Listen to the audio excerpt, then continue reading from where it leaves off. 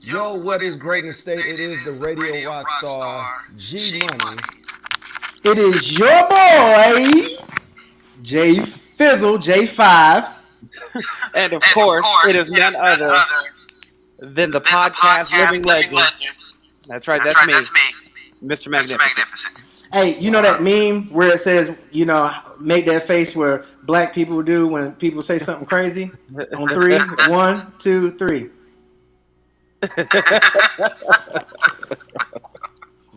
Look, welcome to another episode of Smash That Podcast. Yes, we know it's been a very, very, very, very long time. But look, we're back. We're in the building. And we're ready to talk some wrestling.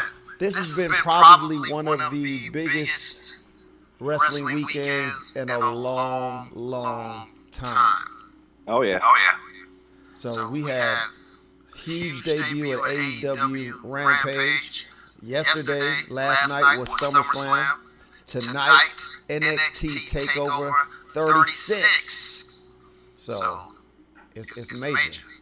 It's major, yo. I can't wait. I'm sitting here waiting on it to come on. Well, you know what? Let's just jump into it, man. CM Punk is back after 7 years. CM Punk. There was a sign that said 2,766 days. Hey, CM Punk wrestling. Did you guys see the guy that was crying? I've seen a lot of guys crying, man. No. The one that they put the camera on. Yes. So the guy that they put the camera on, apparently, I forgot who Vic said. Vic said somebody was looking for him. Tommy Dreamer was looking for him to get him tickets to the show. Okay. Like seriously, like tickets to the show. They can't find them right now. So if you're watching and you're gonna watch or you get this, Tommy Dreamer's looking for you. All right. That may not be a good thing. Okay. Don't know what that's got to do with anything, but that's great. Grown ass man crying doing wrestling. That just lets you know. You know what's crazy? All week I've been seeing posts in damn near every wrestling group I've been in about how over is CM Punk, was he that big of a star, blah, blah, blah, yappy smack. Look, all I know is Friday night, I didn't even get to see it live. I had to watch it after the fact. I had to watch it on DVR. But let me just tell you, they couldn't even start the show. Somebody, one of my homies was like, they should have waited till the end of the show. Ain't no way. There's no way Chicago would have hijacked that crowd through every match until CM Punk came out. They did the right thing. They did it at the beginning of the show.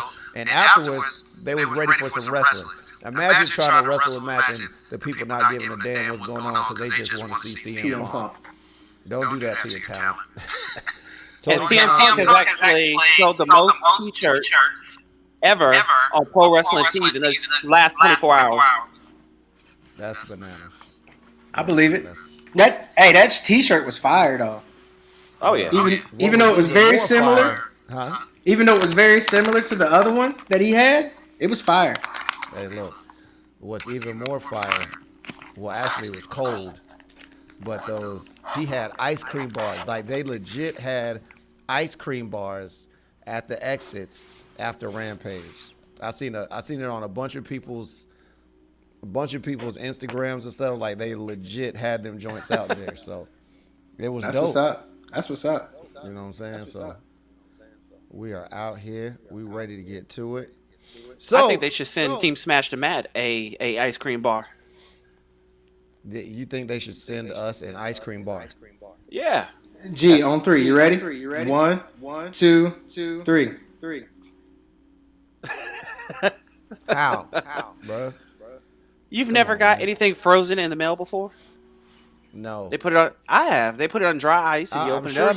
Yeah. Oh, shut up! I'm sure you be ordering ice cream sandwiches and all kinds of stuff. I'm sure you do, man. That's not a surprise to me at all. Right. It's possible. Yeah, it's all good though. So last night was SummerSlam, and obviously we had a show, so I was only able to start watching. So when I was able to start watching was during which match? Oh, the women's triple threat match. That's when I came into it. So there was a lot of things that happened prior to. How much of the show did you guys get to see? Truthfully, I didn't get to see anything until the end because I didn't get home till like 11 o'clock. Yeah, I heard very little of it, or saw very little of it. I actually read more than anything because I was at a show as well. Right. Okay, so I came in as I was driving back to Fayetteville on 95. I was able to come across it was Nikki ASH versus Charlotte Flair versus Rhea Ripley. Mm-hmm. So we're gonna start. Well, I'll start with what I did see. Then we'll cover the things that happened before that, and then we'll make our predictions. How about that? That works. Okay. So, full disclosure, and I've got a guest. She's going to tell us about the show, too. Trini, what did you like the most about the show? What did you like the most about the show? Hey, Trini. Okay, yeah, I agree with Trinity. I agree. Yeah. All right, cool. So I'm gonna just be like this. I'm trying to figure out what the whole point of Nikki winning the title was if she was going to lose it right back to Charlotte anyway. Right. I have no idea. Because, you know, like, I mean, I guess it was a good filler because it was literally Money in the Bank, she wins the title. No, the night after Money in the Bank, she wins she gets the briefcase. Now after Money in the Bank, she gets the belt. SummerSlam, she loses. That's like exactly a month. That's her first title defense, if I'm not mistaken. Yes, it was. Yeah. So I don't think they wanted the belt on her for a long time. I don't know. I kind of disagree with that. I think maybe, and not saying that it's true, but maybe they felt like she dropped the ball a little bit as far as her in-ring work, or you know how WWE thinks. What we think is great, they think is just mediocre. So I think her promo work wasn't that great. Really? Almost a superhero. If I can do it, you can do it. Oh, there's my music. Yeah. So, hey. I mean, look. Sometimes you got to work with the gimmick you get. The gimmick was what it was. Whether you like it, whether you disliked it, it was inspirational. And the thing with WWE is no matter how corny us grown folks think something is, there is some kid that is loving it. Oh, yeah, definitely. And they've always been like that. I mean, sometimes they'll give you a corny gimmick just to see how you're going to handle it. And if you do well, that could be a bigger push. I've seen that so many times. They give people crappy gimmicks and just to see like if their heart is going to be into it. Because some people will take a crappy gimmick and run with it. And the New Day? They'll treat it like, see, New Day was, I don't even say that was a crappy gimmick because like they did everything themselves. But the thing was, I feel like creative did very little for them, and they just just gave them an idea, and they're like, we got it from here. Yeah, they threw them into it though. You know what I'm saying? Because no, they didn't. Creative didn't throw them into it. That was Xavier Woods' idea. Oh wow! Have you listened to their podcast? They said he said, and it was in one of their first couple episodes. He said he was floundering. He said he knew that Big E was floundering, and he said Kofi was doing okay, but it was Woods' idea from jump to start a group. It was there, and if they didn't start a group, him and E probably would have been gone by now. You know what I'm saying? Exactly, Brian. They took control of their whole creative process. Like that was not WWE at all. It was the brainchild of Xavier Woods, and then the three of them would collaborate on stuff. You know what I'm saying? And I know some people like, I know Bryant doesn't like New Day, but he understands that in the beginning, like it was their thing. Like they took an idea to Vince. Matter of fact, if I remember correctly, Xavier told Vince, he said, if you let me do this group and it doesn't work, you can fire me. I believe those were his exact words. Oh, wow. You know what I'm saying? 8 years later, you see what's going down. And that's something kind of big that, the powers to be in WWE would even allow them to have that freedom in the first place, because not a lot of wrestlers get that freedom. But when you make a statement like that, like if it doesn't work, fire me. For sure. Yeah, what can you do? Man, he'll definitely fire you. Yeah. You saying I can fire you. Not like I need your permission, but I'll do it anyway.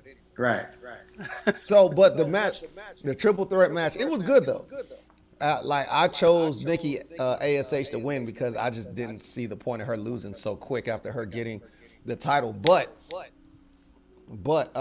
the match was really good. Everybody looked strong. Nobody looked weak. Rhea Ripley looked Rhea Ripley looked hella strong.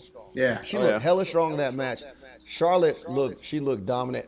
Nikki she looks crafty because every time it seemed like somebody was going to put her away, she countered everything. She was countering everything. She was breaking everything up. But matter of fact, it was Charlotte. Charlotte had Rhea in the figure 8. And as soon as she hit the bridge, Nikki came off the top with a splash. And then I forget how she got into it, but once Charlotte put Nikki in the figure 8, that's when it was over because Rhea was outside of the ring. So you could say that match did a big favor for Rhea Ripley because she looked super strong. And she looked strong enough to the point where she can go back and challenge Charlotte for the title next, unless they have the draft, which I believe they're about to do in September, and then they can. I just hope they have a good plan for Nikki because they kind of buried their champion in that match. I mean, see, this is the thing though. When you no, Nikki is not the champion that got buried. not even close. Okay, yeah. Because Nikki looked strong in that match. She lost, but she looked really, really strong. Like I thought she was gonna win half the match. Now, if you want, since you want to go ahead and brought it up, Bianca Belair was supposed to face Sasha Banks. Now this right. I didn't see any video. I got into it too late. So I did. I just heard somebody say, "Hey, Becky Lynch is back," and I was like, "Oh, thanks for spoiling it, Hunter Rainer." Hey, but you know what? I called that. I called it before it even happened. I'm sitting in the locker room with Dave. We got the show on my phone. And I said, because of what happened with CM Punk, they're going to have to bring back some big names tonight. And that was one of the ones that I chose. Now, the outcome was not predictable to me. But Well, look, I'm going to say this. The CM Punk thing was huge. But there's no way you can make me believe that Becky wasn't already going to debut at SummerSlam. There's no way I wasn't going to believe that. This wasn't the plan from jump. No, I'm not saying that. I'm not saying that it necessarily wasn't the plan, but I'm just saying that if it wasn't the plan, it had to be the plan then. Well, for me, seeing that CM Punk was going to debut or whatever, I felt like they had to come with something bigger than CM Punk. And I don't think Becky Lynch was bigger than CM Punk. She's not, but in the grand scheme of things with the total show, she helped push those numbers up with her and Brock. My bad. I'm eating Skittles. Got to see it through, my boy. But this though, I didn't hear the pop. How big was that pop though? Oh, see, if you didn't hear the pop, you can't really say what was or what wasn't. True. I personally, I'm gonna watch it. I don't because while I was watching it, I was at the club DJing. So I have the phone and I'm DJing, so I couldn't hear anything, but I watched all the matches. So I can only imagine how big the Brock Lesnar pop was, the Becky Lynch pop. You know what I'm saying? Now I saw the Lesnar pop. The Lesnar pop was crazy. The way he walked around the ring, stood on the steps, looked at Roman, got in the ring, and Paul was like what's going on? Like, I don't know what's going on. This is going to be good to see what happens with that whole thing. Is Lesnar going to be face? Can we wait? Can we take 1 second? Can we say, I want to address. True. Bryant said that what happened with Becky and Bianca was Kofi 2.0, and for some reason people don't seem to agree with me when I say that. Oh, I did. Because Kofi lost in 7 seconds. From my boy had to explain to me because I didn't see it. So he ran down the whole scenario. He's like, Becky comes out, she says what she says, she gives Bianca a handshake, elbow, manhandle slam, which is the new rock bottom, and it's a pin. If that's not that's a squash if I ever did see. Well, maybe. Yes, it is. I'm saying that maybe we don't understand what a squash is, but whatever, because that was ridiculous. That was a trashy way to take the belt Bianca, off who just beat 2 people at the same time the night before. You know what I'm saying? Won the Royal Rumble, had possibly the best women's match of ever with Sasha at WrestleMania, and then you do that. I feel like it's a black people thing. I mean, I'm gonna tell you this is why I disagree, because somebody else said that. But think about this: we're not the only people that get squashed. Brock Lesnar got squashed by Goldberg in a minute. You know what I'm saying? Kevin Owens got squashed by Goldberg. You know what I'm saying? It's not like people don't get squashed. It's just these are the ones that you remember most fondly.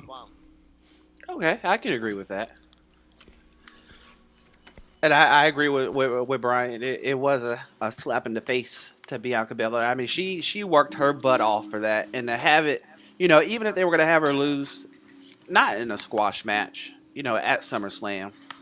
She could have put up a better fight. Yeah, they could have let her put up a better fight. Way better. That's the thing.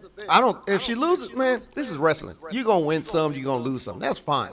Right. My thing is, the match, it wasn't even a match. It wasn't even competitive.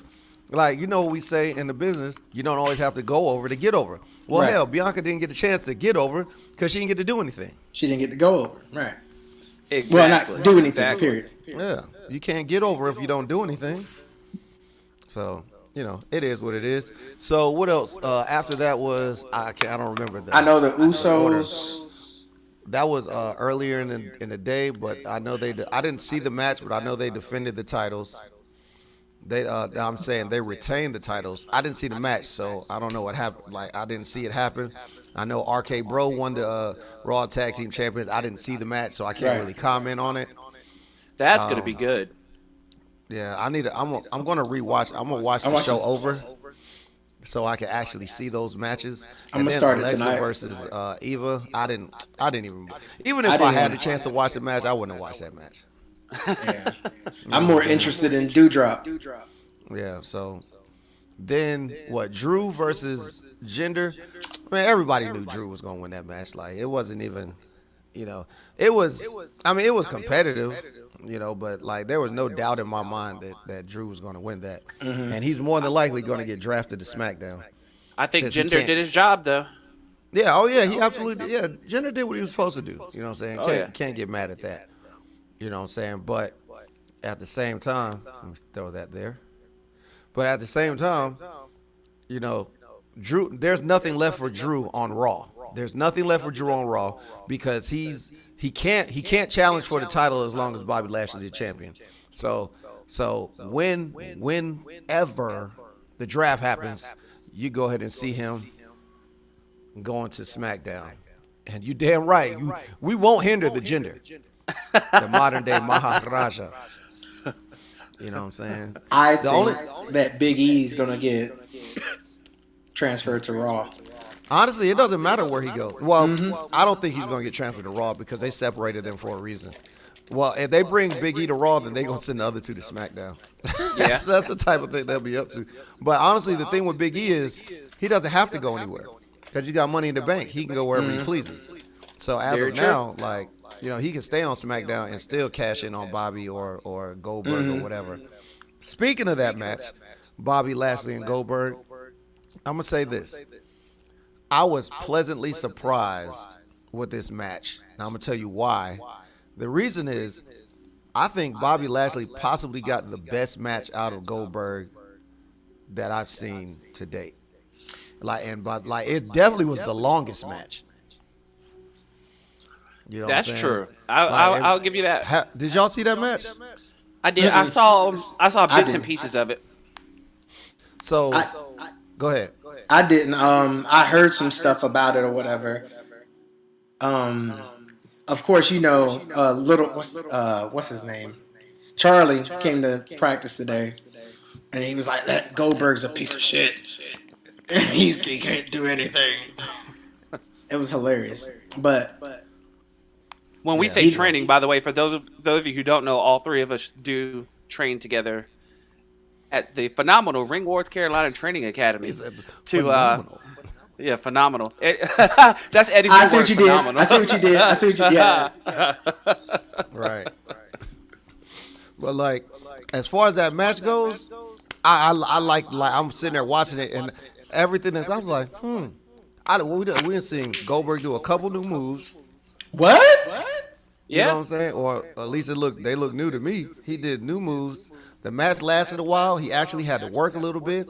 Bobby Lashley I think if you know that Goldberg is like this limited, I think Bobby stretched him to this.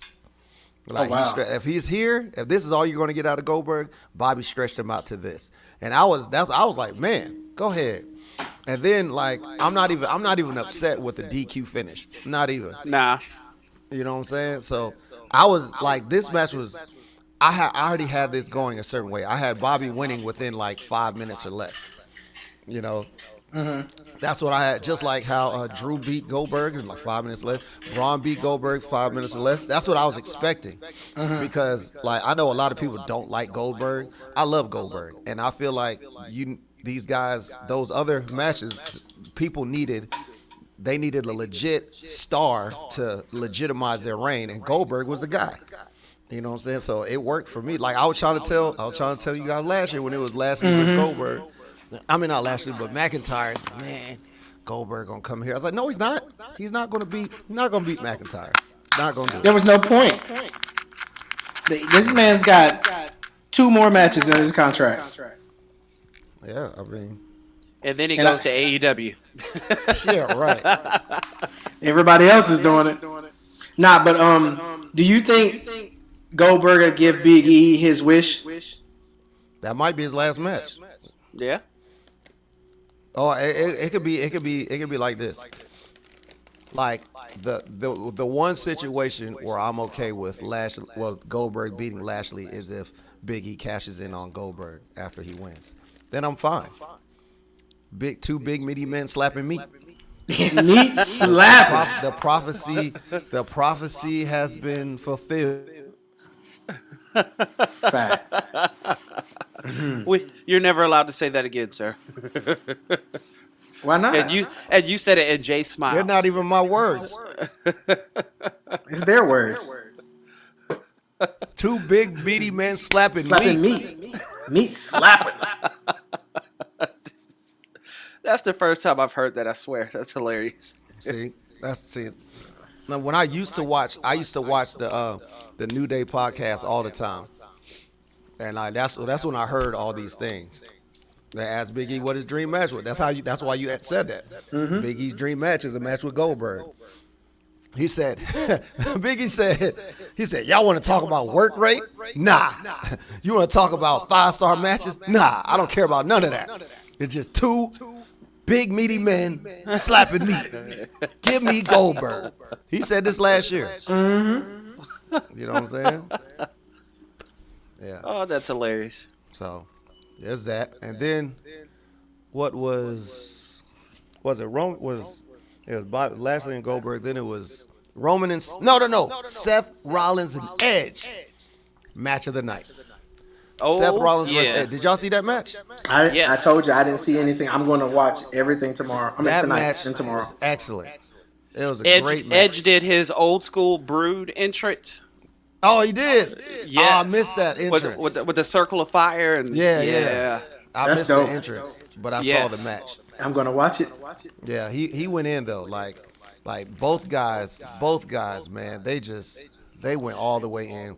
Excellent match, and like I think this is a testament to how good, not just how good Edge is, but how good Seth Rollins is. Seth Rollins is way better than I think people. I know Seth Rollins. Seth Rollins is way better than people give him credit for. Because you got to think about it. When you see a great match, remember, there's more than one person in the ring. So even though Edge won the match, You know what I'm saying? Seth had to make him look really good, and he did that. And in turn, Edge made Seth look really good. And go ahead. I was going to say this match was a win-win situation because, a lot of times, as both of you guys now know, you'll have an individual in a match that's kind of okay, and then you have that one that's like really good, and the really good one brings that other one up to their level. Well, in this match, you had two really good individuals, and there was nowhere to go but up. Nobody had to come to anybody's level because they were already there. Right. So that's just what made that match phenomenal. Yeah. And then I love Mr. Magnificent. What was that move that he used to finish the match? It looked like a crossface, but instead of pulling his arms across his face, he had them like, you know what I'm saying? Yeah, I don't know what you call that. I couldn't hear it, so I didn't know what they called it on commentary, but that was a great finish to that match. Great finish to that match. It was really well thought out. For the spear. I mean, he was looking for the spear. He avoided the spear, but he got caught by something else. Yeah, and nobody saw it coming. No, nobody saw it coming. I know I didn't. So then we got the main event: Roman Reigns versus John Cena. Oh my! Did you cough on purpose? No. No, I did not. Yeah. Cena. In a shoots and ladder match. Right. At Summerslam. It's my favorite prank call of all time, bro. Me too. I love it. So this match was really good. I like the pacing at the beginning, because in the beginning, like, John Cena pretty much, he kept to his word, and he said, "You have to beat me. All I have to do is pin you for 3 seconds." And they spent the first 3, 4. Oh, you know what? We're gonna get to Roxanna's question in a second. Yeah, I am too. Yeah. Okay. But yeah, like John Cena spent the beginning of the match just trying to roll people up. You know what I'm saying? Just roll up Roman Reigns, roll him up Baker's man. 1, 2, oh man. You know what I'm saying? So once they got into it, like me and so like I said, I'm at the club watching this match. Girls shaking their booties, and I'm there like, "Get your hands up!" And I'm looking back at the screen. You know what I'm saying? One of the security guards was watching with me, and he's not like that big of a wrestling fan. He's trying to get back into it, and he's just sitting there like, he's like, man, he's like, and I think we had watched the last 2 matches, and he's like, yo, man, like, John Cena, there's no way John Cena's gonna win this. There's no way. Then he sees something, oh, I don't know, man, Cena might win this. So like when you bring in like casual fans and you get them invested like that, and I'm talking about, we can't hear no sounds. Yeah. All you hear is Migos or Lil Baby in the background. You know what I'm saying? So, for me, this match, I sound like an American Idol judge when I say this, but this match was a breath of fresh air. I mean, I'm not the biggest Cena fan in the world, but I guess it was because he has been gone for so long, and we haven't seen the 5 moves of doom in so long. It was good to see a legitimate threat to Roman Reigns. Somebody that could, actually, and the fact that he came in and did the job for Roman Reigns, beautiful. Yeah, I think because they already had a match, like, Roman was ready for some of those moves. Like when he tried to go for the shoulder block one time, and Roman was like, "Nah, out of here," and I was like, damn, he caught him slipping. But this match also showed the resiliency of Roman Reigns, because how many times did he get AA'd? I think like 4. Bruh, he got AA'd a bunch of times. He even got the super AA off the top. And when that happened, I was like, damn. He got the AA on the table, didn't he? I know Cena ain't about to win this. Yeah, he got it through the announce table. That's the one. That's where I started watching it. He got tossed through the announce table and everything. Like it was like, you can go back and forth of whether if you think it was the greatest match or whatever. It was a solid match. It was a very solid match. It was a great pay-per-view match. You know what I'm saying? I'm pretty sure it was better than their first one. I'm willing to bet. Except that you could see just a tad bit. You can see just a tad bit of rust on Cena.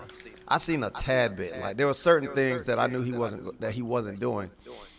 I felt like he stayed in his wheelhouse as far as doing things he knew he could do well. I knew he was going to lose when he imitated. Like I picked Roman to win from jump. But the thing that really let me know he was going to lose is when he did. When he tried to. Ooh! Wow! I was like, oh, you definitely losing, bro. Yeah.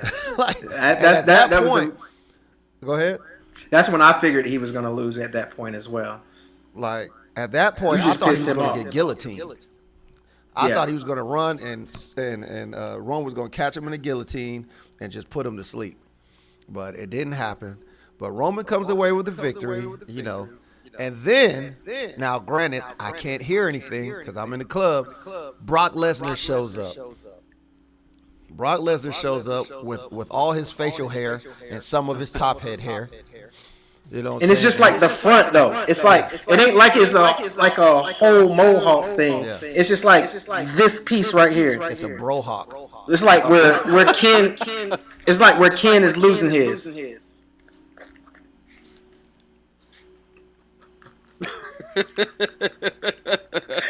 I'm kidding. I'm losing mine too. You're not. Don't take it back. I'm losing mine too. Take that shit back. Yeah, man. So now Brock Lesnar's back, which you know, I have my feelings about this because I'm out here thinking if Lesnar comes back, it should be for Lashley, but like I felt the same way. You know, and I had said something to somebody earlier about people don't lose their return matches, but this is a difference to me. In my humble opinion. If you bring Lesnar back to face Lashley and Lashley beats him, it's going to be clean. It's going to be a clean win. You bring Lesnar back to face Roman. If Roman wins, Paul Heyman's going to have something to do with it. Or one of the Usos. It's not going to be a clean win is pretty much what I'm saying. You can lose clean and still look strong. And more than likely, that's what we're going to see. But we don't even know what's going to happen now because like Heyman left with Roman, you know what I'm saying? Mm-hmm. Heyman left with Roman, and just like Roxana was saying, like I know some people like, oh, Roman versus Brock again, but now this is different. Yes, because it's not face Roman versus heel Lesnar. Now we're getting face Lesnar versus heel Roman. And you know, but do you see the story? That's of course. The story writes itself. And that story was. I don't think. I think Heyman will have something to do with it, but I don't think it'll be on the behalf of Brock. And I say that because Brock is now at a point in his career where he doesn't need Heyman. Not that he really needed him that much in the beginning, but you know he's not the greatest talker. And Heyman does that for anybody. He puts anybody over. So I want you to. If you remember later, rewatch this match. Brock Lesnar versus CM Punk. Okay. Brock Lesnar, CM Punk is a Heyman guy. He's always said he was a Heyman guy. Right. But Lesnar, Brock is also a Heyman guy. But Heyman was on Brock's side. Brock doesn't need Heyman's help to beat CM Punk back in 2013, I believe. But guess what? He needed Heyman's help to beat CM Punk. Not saying so. Roman doesn't need Heyman's help to beat Brock Lesnar. He doesn't need it. He beat him without him. Mm-hmm. But he's gonna need it. He's not gonna need it. He's gonna use that help. Right. You know what I'm saying? Roman needed Heyman. The dynamic of Roman and Heyman is much different from Heyman and Lesnar. Because Roman needed Heyman to help him get over. Roman needed Heyman to help him get over. And it's not because he wasn't popular or the fans weren't liking him. But, I mean, ever since the incident at the Royal Rumble, I think it's been kind of like a ball of emotion with the crowd and what Roman. Incident?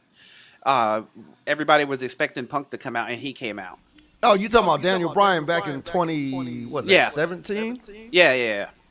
I believe. What was that, 14? I forgot what year that was. Man, that's all under the bridge now. Because like this Roman is much different. And like this is different in the aspect of needing Heyman because the way he needs Heyman isn't like how Lesnar needed Heyman. Lesnar needed Heyman to talk for him. Roman doesn't need Heyman to talk for him. Now, if Heyman's helping him with his promos, that's great. You know what I'm saying? That's awesome. If he isn't, whatever. But like the aspect of Heyman with Lesnar, the aspect of Heyman with Roman is just a tad bit different, and it just adds something to it. You know I would agree with that. So So that's all you. So you only saw that match? Yeah, that's the only match I saw. Only match you saw. And you saw how many matches? Me? Yes. I would say I saw a little bit of all of them. Not it was weird. Like I would come to my phone, watch a little bit of it, go wrestle, go do whatever, come back. How many matches did you wrestle yesterday? I wrestled one. One. But I did too. I'll tell you about all that later. Woo. Yeah. Okay.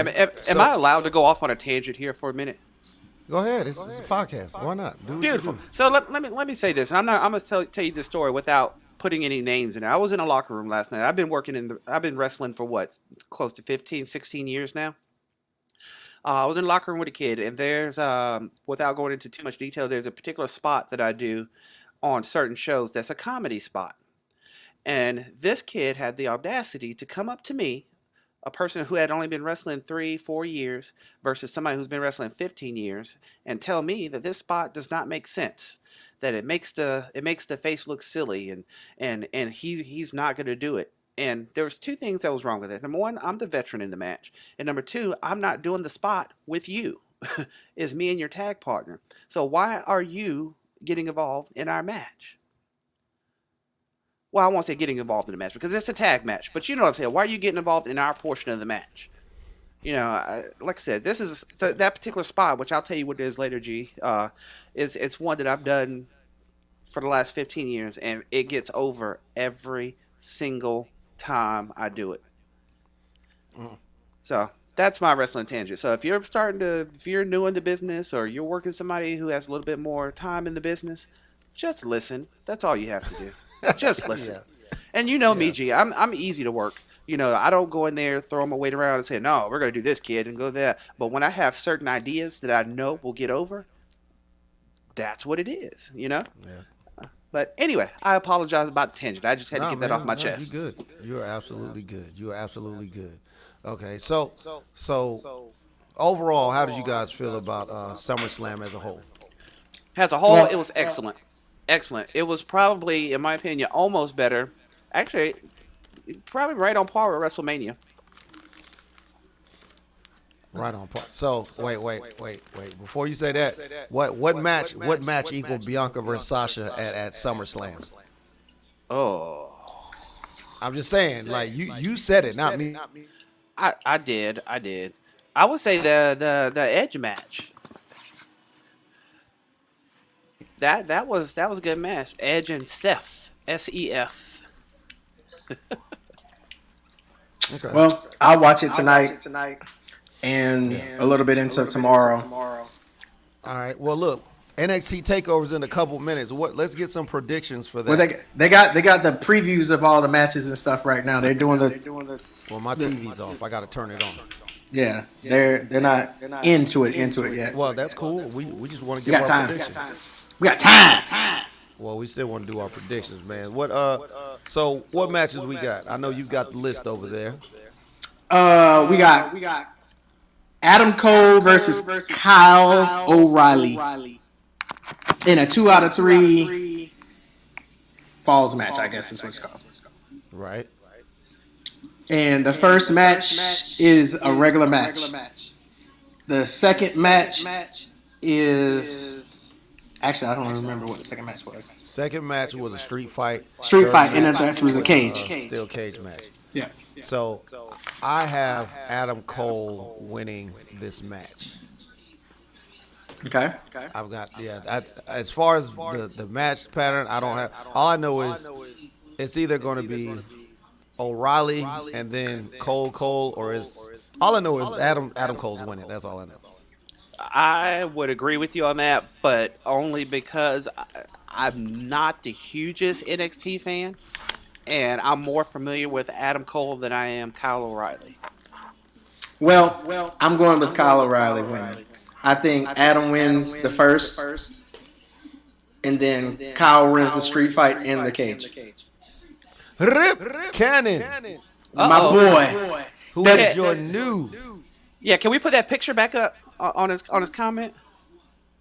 Look at that. He is carrying some gold right there, isn't he? Yes, he is the new RWC television champion. I hate I missed that. Congratulations, Mr. Rip Cannon. I'll be watching your matches really closely from now on to see what moves I can abscond from you. He's got an. Okay. So the next match we have Dakota Kai versus Raquel Gonzalez. You guys go ahead. Raquel Gonzalez. Raquel, all the way. Yeah, I think I'll go with Raquel too. I'm going Raquel also, just because Dakota, you're just not big enough. Exactly. That's just, and that's honestly, that's it. You know, Dakota's definitely a better wrestler. No question about that. No question. But Raquel Gonzalez, she's just too strong. Too strong. Right. You know, eventually, if they have more than one match, Dakota's going to end up winning. But this first one, I'm giving it to Raquel. Okay. I could agree with that. All right. Let me think. Let me see. You don't have Samoa Joe versus Karrion Kross. Samoa Joe all the way. Yeah. I think so too. Go ahead. Reason being, I think they're going to pull Kross to the main roster. Yeah, he's already been kind of going back and forth a little bit, hadn't he? Yeah, he's been on already Raw. there. Yeah. So I think they're pulling him to the main roster. Yeah, I don't bet against Samoa Joe. And unless he's facing like Brock Lesnar, I don't go against Samoa Joe. It doesn't happen. Right. What else do we got? I don't have the list in front of me right now. Hold on. You got the matchup. That here we go. Walter versus Ilya Dragunov for the NXT UK Championship. Now, their first match some months ago was a headbanger. That was probably match of the year. Was that my? I think that was my match of the year for 2020. If I'm not mistaken. Yes, it was. It was my match of the year. Yes. Yeah. So I think this was going to be just as much of a banger. So who you guys got? I'm going with Ilya. I'm going with Walter. Bro, I'm going Walter, dog. Look, Ilya's gonna put up a strong fight, but I still don't see Walter losing until maybe like Drew McIntyre or Cesaro go over there. Yeah, it's just not happening. That's almost like a dream match to me. Walter and Cesaro. Bro. Yeah, exactly, man. But look, Ilya Dragunov has been killing it. Like anytime they have somebody from WWE's main roster wrestle somebody in the UK, it's always Ilya Dragunov. It was Finn Balor. He wrestled Finn Balor. He wrestled Cesaro, and bro, Ilya he's crucial. If he comes to American NXT, he's gonna be a problem. He's gonna be a problem. Definitely. Even though he did just lose to Pete Dunne, but still. I'm trying to think. I think another there's some more reason matches. I'm not choosing him to win because he just lost to Pete Dunne. Did we talk about already LA Knight versus Cameron Grimes for the $1 million title? We haven't. Here you go. I couldn't find the My bad, wrong one. I don't think it's up there. Oh, you didn't find one. I couldn't find it. I'm going with Cameron Grimes. Cameron Grimes. I will agree with you there, Cameron Grimes. Yeah. Because there's no way they're going to make the $1 Million Man be a button. No, that's not happening. No. Not at all. Not at all, yo. Vince, what meaty man he wants, I think. But I don't think that sound. Hold on a second. I don't think Walter is I don't think he wants to go to the main roster. I don't think that he needs to. I just moved into this house. I'm over here like, what are these sounds? Yeah. And then people want to call my phone. I'm not answering. No. Yeah, I don't think Walter wants to go to the main roster. Oh, he's not going. No, he's never. Walter doesn't want to go to the main roster. He doesn't need to. Yeah. He just wants to wrestle in the UK. Yeah, like you might see him, like he'll probably show up and do a couple matches, but he's not moving to America. That shit ain't. I'm sorry, that's not gonna happen. It's okay. I might see him. I'm gonna try to get some NXT UK events. Yeah, you should. That's right. You are going overseas, sir. Mm-hmm. Yeah. I expect some tickets. Some tickets to what? Are you going? Plane tickets and NXT. Yeah, as soon as Jay sent me the tickets.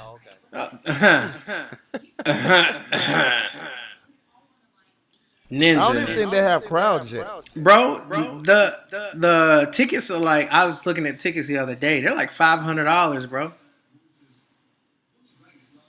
For what?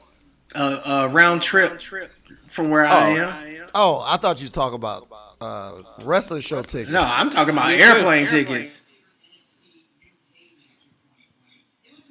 Just know that y'all don't have to worry about a place to stay if y'all ever come over.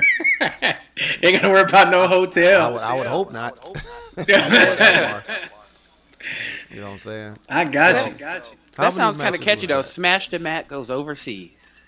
Yeah. Smash the Mat UK. We all come back talking in British accents. You know, you don't know what I'm talking about, bud. Along with the country accent. Oh, Lord, won't nobody be able to understand us. The country English accent? Yeah. Hey, Bo.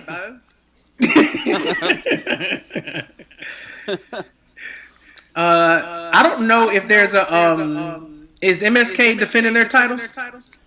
Not that I don't think so. Mm-hmm. No. I think those were the only matches that I saw. Swerve is defending. Wait, is Swerve fighting Escobar? Nope. I thought he. Oh, he was. No. So how many matches is that? Like 5. Yep. Gonzalez and Kai, Knight and Grimes, Walter, and how do you pronounce his name? Dragunov. Dragunov, Cross and Joe, Cole and Riley. Yeah. Okay. So I already know these matches are going to be NXT. Like NXT TakeOver is usually so good that people will just be like, yeah, it was good. It's always good. And then it's like they downplay it because we always know it's going to be good. This show is going to be a banger. But it's like NXT never disappoints when it comes to TakeOver. I think the one time they might disappoint is like when it's not as like it's a good show, but it's not like a banger. Right. They're like, yeah. Well, it was only like 4-star good. It wasn't 5-star good or whatever. Right. You know, that's like they have created a level of quality that is like ridiculous. So I want to go back to and I want to answer her question right here.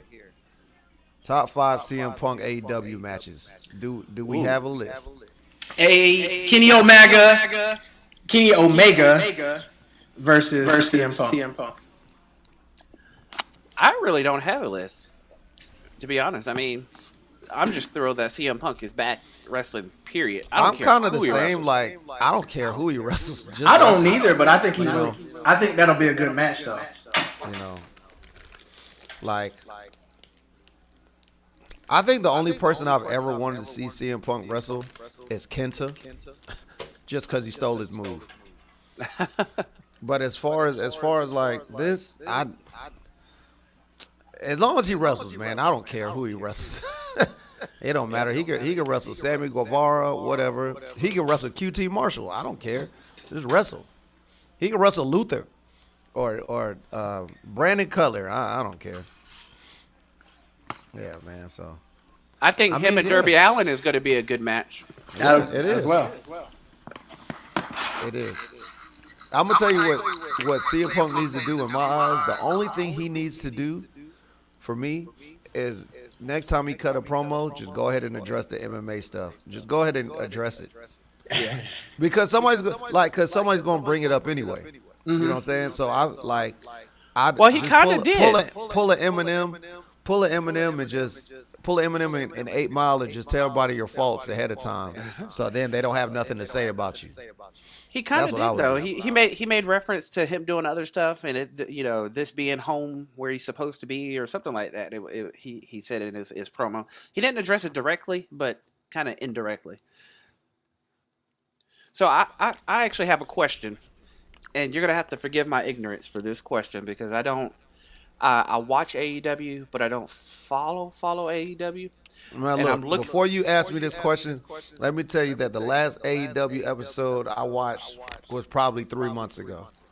I catch bits and pieces of it because, I like AEW. It's harder for me to watch. I'm looking at their roster on my other screen over here, and they have a Coulter Gunn. Is that Billy Gunn's son? Colt Gunn. Yeah, Austin and Colt Gunn. Yes, both of his sons wrestle there. Get out of here. Okay. Yeah. Because I was looking at it, I was like, he looks just like Billy Gunn.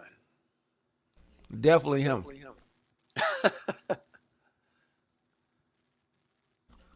Austin is the older brother. I haven't really seen Colt wrestle, but he does his thing though. Huh. Yeah. Also, shout out to Brock Anderson, Arn Anderson's son. Yeah. Yeah, he wrestled a couple matches. So yeah. Somebody you're familiar with, sir? Yes, I am. Trained with him at Lodi School, Team Fearless in Charlotte. So Trey Baxter, whoever he is, one of the new guys on the in that tournament. Oh, wait a minute. I'm sorry. Isn't it? I just thought about to say, isn't it the finals of the That's because the two black dudes are in there. I can't remember their names. Odyssey Jones and Carmelo Hayes. Yeah, they're supposed to fight. Are they wrestling tonight? They should. I think either that or Wednesday. Tuesday. Yeah, Tuesday. Yeah. Okay, so they just got a warm-up match here. Okay. Ridge Holland. Oh, Ridge is about to take him out. Yeah. Mr. Rip Cannon says CM Punk versus Jungle Boy. Yeah. Okay. Well, look, we know NXT is about to start. If we're still around, we'll do a post show. Because I think I might want to go bowling. But if I don't go bowling, we could do a post show. You know what I'm saying? So, shout out to everybody for checking us out, man. Sorry it's been so long. We're going to be doing more shows more often. For sure. Guys? Yes. I agree. I think our next show should be a State of the Indie show. State of the Indie show? Yes, like the president gives the State of the Union address. We should give a State of the Indie show address. Who's going to give that? Yeah, I will. Yeah, who's going to do it? We all can do it. Sit down, nice round table discussion. Okay. I feel like we should probably invite some indie wrestlers to do that. Yes. Other than ourselves. I think we know a couple.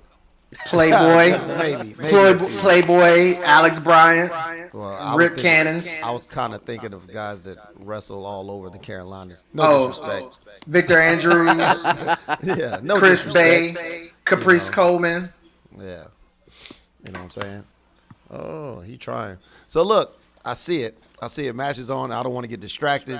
So look, Facts.